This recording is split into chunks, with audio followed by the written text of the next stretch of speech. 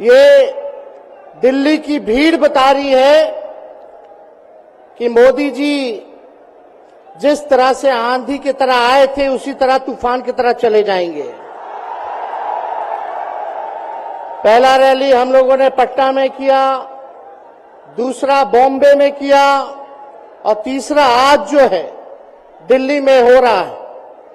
और मैं बता दूं, देश के कोने कोने में जहां भी हम लोग जा रहे हैं वहां जनता का साथ आशीर्वाद मिल रहा है। आज हम सब लोग एकजुट हुए हैं देश के लोकतंत्र, देश के संविधान, देश के भाईचारा को बचाने के लिए। जिस हिसाब से देश में बांटने का काम किया जा रहा है, भाई को भाई से लड़ाया जा रहा है, नफरत की राजनीति की जा रही है, उसलिए हम सब नेता आपकी लड़ाई के लिए हम सब लोग आए हैं और आपकी लड़ाई लड़ रहे हैं। और हम लोग सब लोग चाहते हैं कि इस लड़ाई में आपका साथ मिले, आपका आशीर्वाद मिले और आपका प्यार मिले। जो लोग नारा लगाते हैं अब की बार 400 पार, उनका मुंह है कुछ भी बोलेंगे, लेकिन एक बात तय है, जनता ही मालिक है, आप मालिक हैं और आपको तय करना है कि देश के शासन में कौन बैठेगा, काम करेगा। आज यहां दिल्ली की जनता से पूछना चाहते हैं, वो लोग नारा लगा रहे हैं, टारगेट फिक्स कर रहे हैं, अब की बार 400 पार, ऐसा लग रहा है कि पहले से ही ईवीएम सेटिंग हो चुका है। ये लोग फिर भी आप लोगों से पूछना चाहते हैं कि आप लोग, ये लोग जो नारा लगा रहे हैं, क्या वो सच होगा या वो सत्ता से बेदखल करिएगा? हाथ उठा के बताइए, इनको सत्ता से बाहर करना है कि नहीं करना?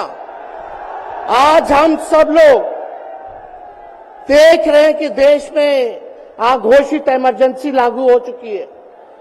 देश में सत्ता में जो लोग बैठे हैं तानाशाह रवैया अपनाने का काम कर रहे हैं, घमंडी हो गए हैं लोग। और आज हम लोग किसी को गाली देने नहीं आ रहे, लेकिन जो आंख से देख रहे हैं वो बताने आ रहे हैं, जो महसूस कर रहे हैं वो बताने आए हैं। सत्ता में लोग जो बैठे हैं, विपक्ष का धर्म बनता है, कर्तव्य बनता है कि उनसे हम लोग सवाल करें। आज मेरा मानना है कि देश में सबसे बड़ा अगर दुश्मन है तो बेरोजगारी है, महंगाई है, गरीबी है। आज यहाँ लोग हैं, नौजवान हैं, नौजवानों से पूछना चाहते, बताओ कितने नौजवान यहाँ जो हैं मोदी जी ने नौकरी दिया? हाथ उठा के बताइए। कोई नहीं मिलेगा। मोदी जी ने कोई नौकरी नहीं दी, सब कुछ जो है प्राइवेटाइज कर दिया। और हम लोगों ने बिहार में जब कांग्रेस लेफ्ट इंडिया अलायंस की सरकार थी, 17 महीने में 5 लाख नौकरी हम लोगों ने देने का काम किया। आज किसान तबाह है, युवा परेशान है, लेकिन किसानों से मोदी जी को मिलने का समय नहीं है। मोदी जी मिलते तो प्रियंका चोपड़ा से मिलेंगे, किसानों से नहीं मिलेंगे। अक्षय कुमार को इंटरव्यू देते थे पिछले चुनाव में, इस बार बिल गेट्स को बुला करके इंटरव्यू देने का काम कर रहे हैं। लेकिन किसानों की समस्या कैसे हल होगी ये नहीं बता रहे। किसानों से उन्होंने पिछले चुनाव में वादा किया था कि उनका आय दुगुना करेंगे। आज किसानों पर मोदी जी ने तलवार चलाने का काम किया है, जो हमारे अन्नदाता हैं। इसलिए आप सब लोग, हम लोग जब आवाज उठाते हैं, तब मोदी जी और उनकी जो सेल है पार्टी की, उस पार्टी का सेल में कौन है? ईडी है, सीबीआई है, इनकम टैक्स है। लालू जी को तो कई बार सताया गया, मेरे ऊपर मुकदमा किया गया, मेरी मां पर, मेरी बहनों पर, मेरे जीजाओं पर, मेरे पिता के जितने संबंधी थे सब पर केस मुकदमा किया।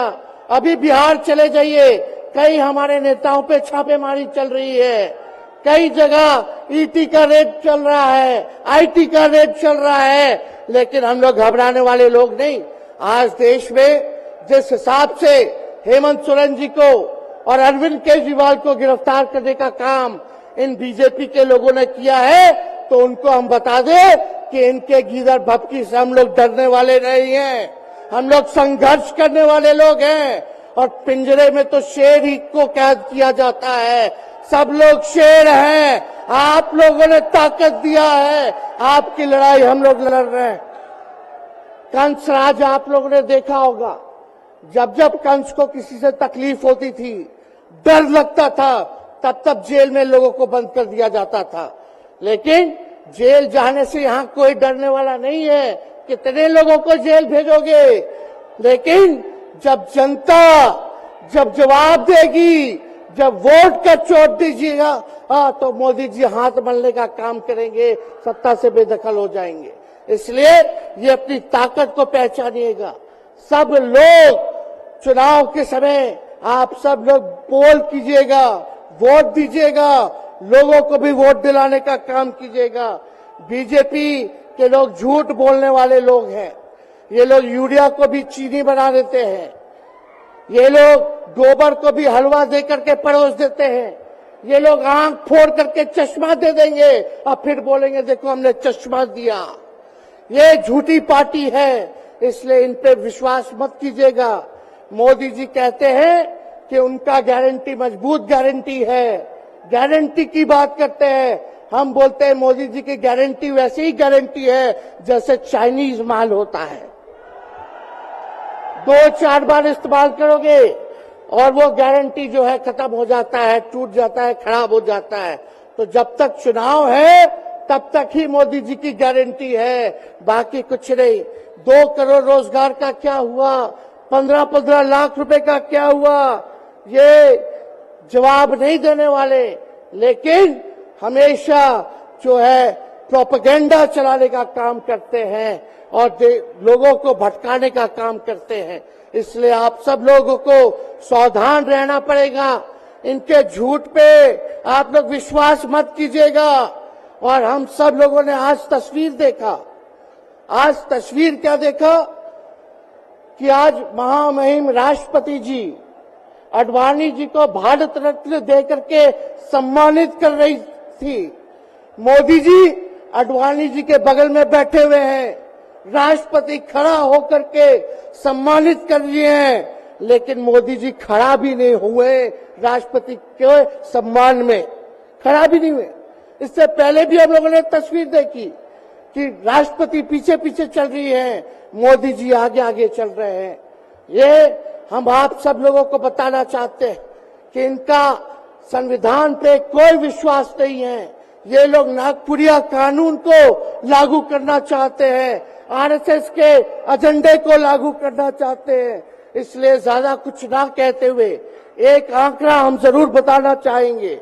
देश में इंटरनेशनल लेबर ऑर्गेनाइजेशन ने सर्वे किया है, उसमें आंकड़े हैं कि आज देश में बेरोजगारों में से 83% युवा है।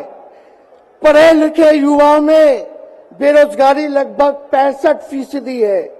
ग्रामीण क्षेत्रों में सिर्फ 17.5% युवाओं के पास ही काम है।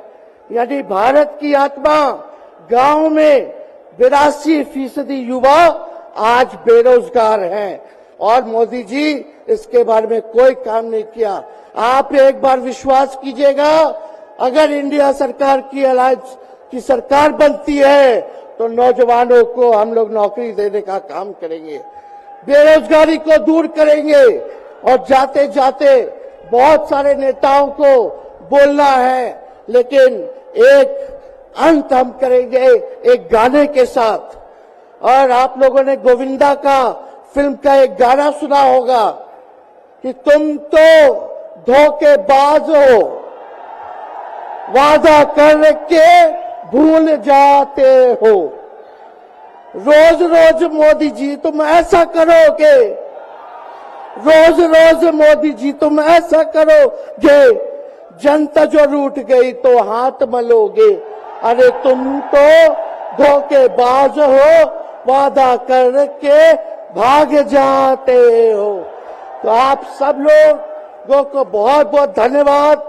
आप सब लोगों का आशीर्वाद मिले और हम सभी लोगों जो है आज मिसेस केजरीवाल और हमारी बहन कल्पना जी के साथ हम लोग जो है मजबूती के साथ खड़े हैं और इस लड़ाई को लड़ेंगे और जीतेंगे। बहुत बहुत धन्यवाद। जय हिंद। बहुत बहुत धन्यवाद।